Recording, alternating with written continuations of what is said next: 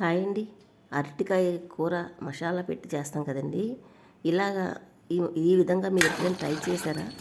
ఒకవేళ ట్రై చేయకపోతే చివరి వరకు స్కిప్ చేయకుండా చూసి ట్రై చేయండి. చాలా బాగుంటుందండి. మళ్ళీ ఎప్పుడైనా అరటికాయతో మసాలా కర్రీ సేమ్ ఇదే విధంగా చేసుకుంటారు. అంత టేస్ట్గా ఉంటుంది. దీంట్లో ఒక సీక్రెట్ పదార్థం కలుపుతామండి. అది ఏంటన్నది చివరి వరకు చూడండి, మీకు తెలుస్తుంది. ఫస్ట్ ఒక అరటికాయ తీసుకోండి. ఫ్రెష్గా ఉండే అరటికాయకి మనం మూటిక రెండు పక్కల వాటర్లో తడుపుకోవాలండి.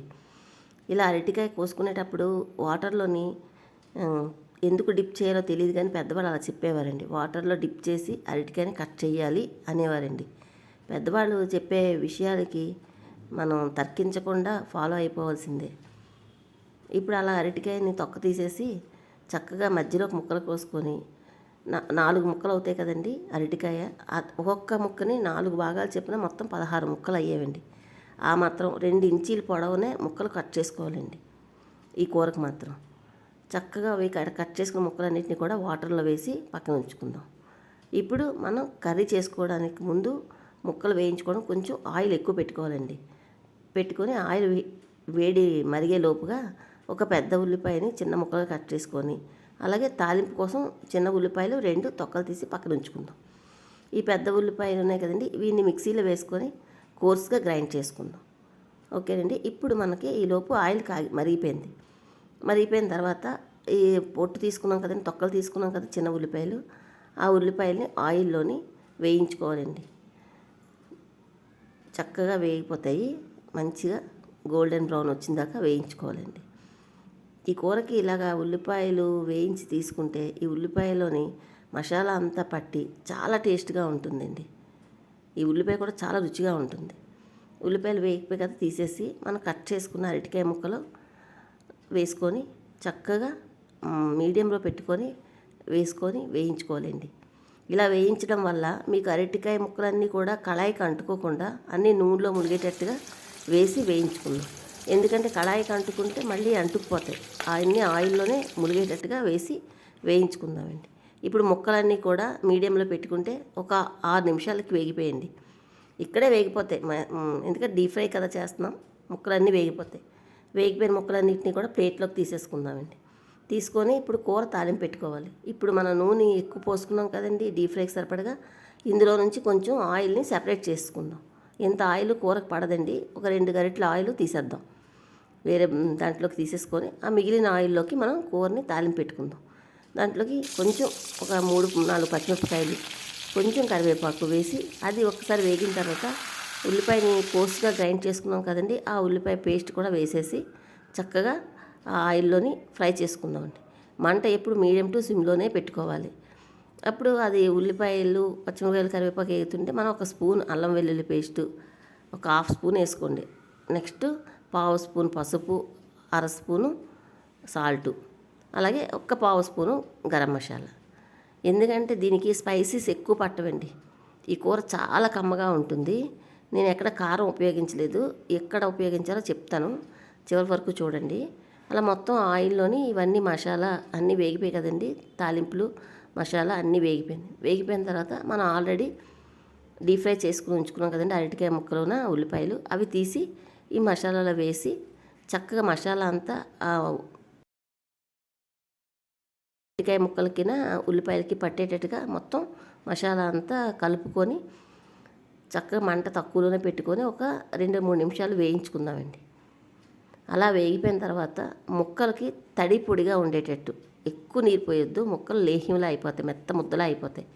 అలా చూశారు కదా వీడియోలో చూపిస్తున్నట్టుగా ముక్కలు అలాగా తగిలినట్టుగా నీళ్లు పోసుకొని మూత పెట్టుకొని మీడియంలో పెట్టుకొని ఉడికించుకోండి. అవి ముక్కలు ఉడికేలోపు చాలా తొందరగా ఉడికిపోతాయండి. 3 నిమిషాలు 4 నిమిషాలు ఉడికిపోతాయి, ఎందుకంటే అవి ఆల్రెడీ డీప్ ఫ్రై చేసాం కనుక. ఇప్పుడు ఒక చిన్న కప్పుతో పెరుగు తీసుకొని ఆ పెరుగు బాగా ఉండలు లేకుండా చక్కగా బీట్ చేసుకొని ఒక స్పూన్ శనగపిండి వేసుకోవాలండి. వేసుకొని కొద్దిగా వాటర్ పోసుకొని చక్కగా శనగపిండి పెరుగులో కలిసేటట్టుగా ఉండలు లేకుండా బాగా కలుపుకోవాలండి. ఇది అరటికాయ కూరలో వేసుకునే స్పెషల్ సీక్రెట్ అన్నాను కదండి, అది ఇదేనండి, ఈ పెరిగే.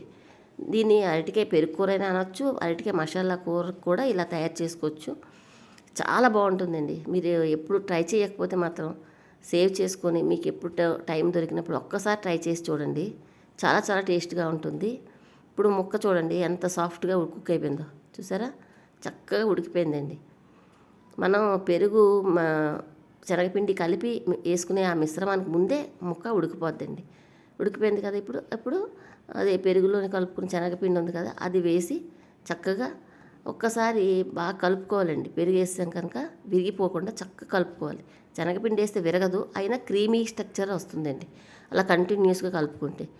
అది కూడా మంట హైలో పెట్టుకొనే కలుపుకోవాలి. పెరుగు పోసి ఏ కూరలు వండినా సరే సిమ్లో పెడితే చిన్న బ్రేక్ అయిపోయినట్టు అయిపోద్దండి, విరిగిపోయినట్టు అయిపోద్ది. ఎప్పుడు హైలో పెట్టుకొని అది కొత్త మన అంటుంది కదా, అంతవరకు హైలో పెట్టుకొని అప్పుడు మూత పెట్టి మంటను తగ్గించుకోవాలండి. అలా తగ్గిస్తే ఏ పెరుగు కూర అయినా మంచి స్ట్రక్చర్ వస్తుందండి. చూసారు ఎంత క్రీమీగా వచ్చిందో. అది మనం స్టార్టింగే సిమ్లో పెట్టి కలిపామనుకోండి, ఇలా విరిగిగా వచ్చి ముక్కలుగా ఉండి చూడడానికి అంత అందంగా ఉండదు, టేస్ట్ కూడా మారిపోద్ది. ఇలాగా చక్కగా ఉడికిపోయింది, చూసారు కదా. ఒకే ఒక అరటికాయతోటి చపాతీలోకి రైస్లోకి చక్కగా సరిపోద్దండి, చాలా టేస్ట్గా ఉంటుందండి. ఇప్పుడు అది ఉడికిపోయిన తర్వాత దాన్ని పక్కన పెట్టేసి వేరే చిన్నగా తాలింపు కళాయి పెట్టుకొని ఒక స్పూన్ ఆయిల్ వేసుకోవాలి. వేసుకున్న తర్వాత దాంట్లోకి ఒక పావు స్పూన్ కానీ అర స్పూన్ కానీ మనం తినే కారాన్ని బట్టి, నేనైతే పావు స్పూన్ వేసాను. ఒక్క అరటికాయ కనుక పావు స్పూన్ కారం ఆయిల్ హీట్ అయిన తర్వాత వేసాను.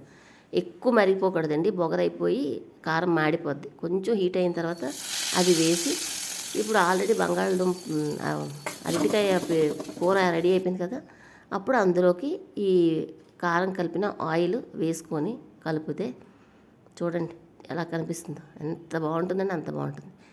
క్యాటరింగ్ వాళ్ళు కానీ రెస్టారెంట్ వాళ్ళు కానీ కూడా తయారు చేయలేరండి, అంత బాగుంటుంది ఈ కర్రీ.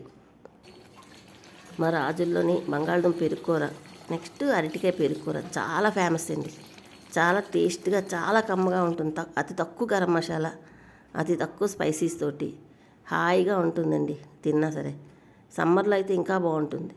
అలాగే ఇది రైసు, రోటీ, చపాతీ, పుల్కా అన్నిట్లోకి చాలా పర్ఫెక్ట్గా కుదురుతుందండి. చూసారు కదా. మీరు ఎప్పుడైనా ట్రై చేయకపోతే ఒక్కసారి ట్రై చేయండి. మీరు ట్రై చేస్తే మీకు ఎలా కుదిరిందో మాత్రం కంపల్సరీగా నాకు కామెంట్ సెక్షన్లో షేర్ చేయండి. ఇంతేనండి, అరటికాయ పెరుక్కూర చాలా ఎమ్మీగా ఉంటుంది. వేడి వేడి అన్నంలో కలుపుకొని తినండి, సూపర్గా ఉంటుంది. నా వీడియో మీకు ఎలా అనిపించిందండి? నచ్చితే ఒకే ఒక్క లైక్ చేయండి. మీరు అడిగారని ప్రతిదీ పాత వంటలే చూపిస్తున్నాను. ఒక్క లైక్ చేసి నన్ను సపోర్ట్ చేయండి. థ్యాంక్ యూ ఫర్ వాచింగ్ అండి. బాయ్ అండి.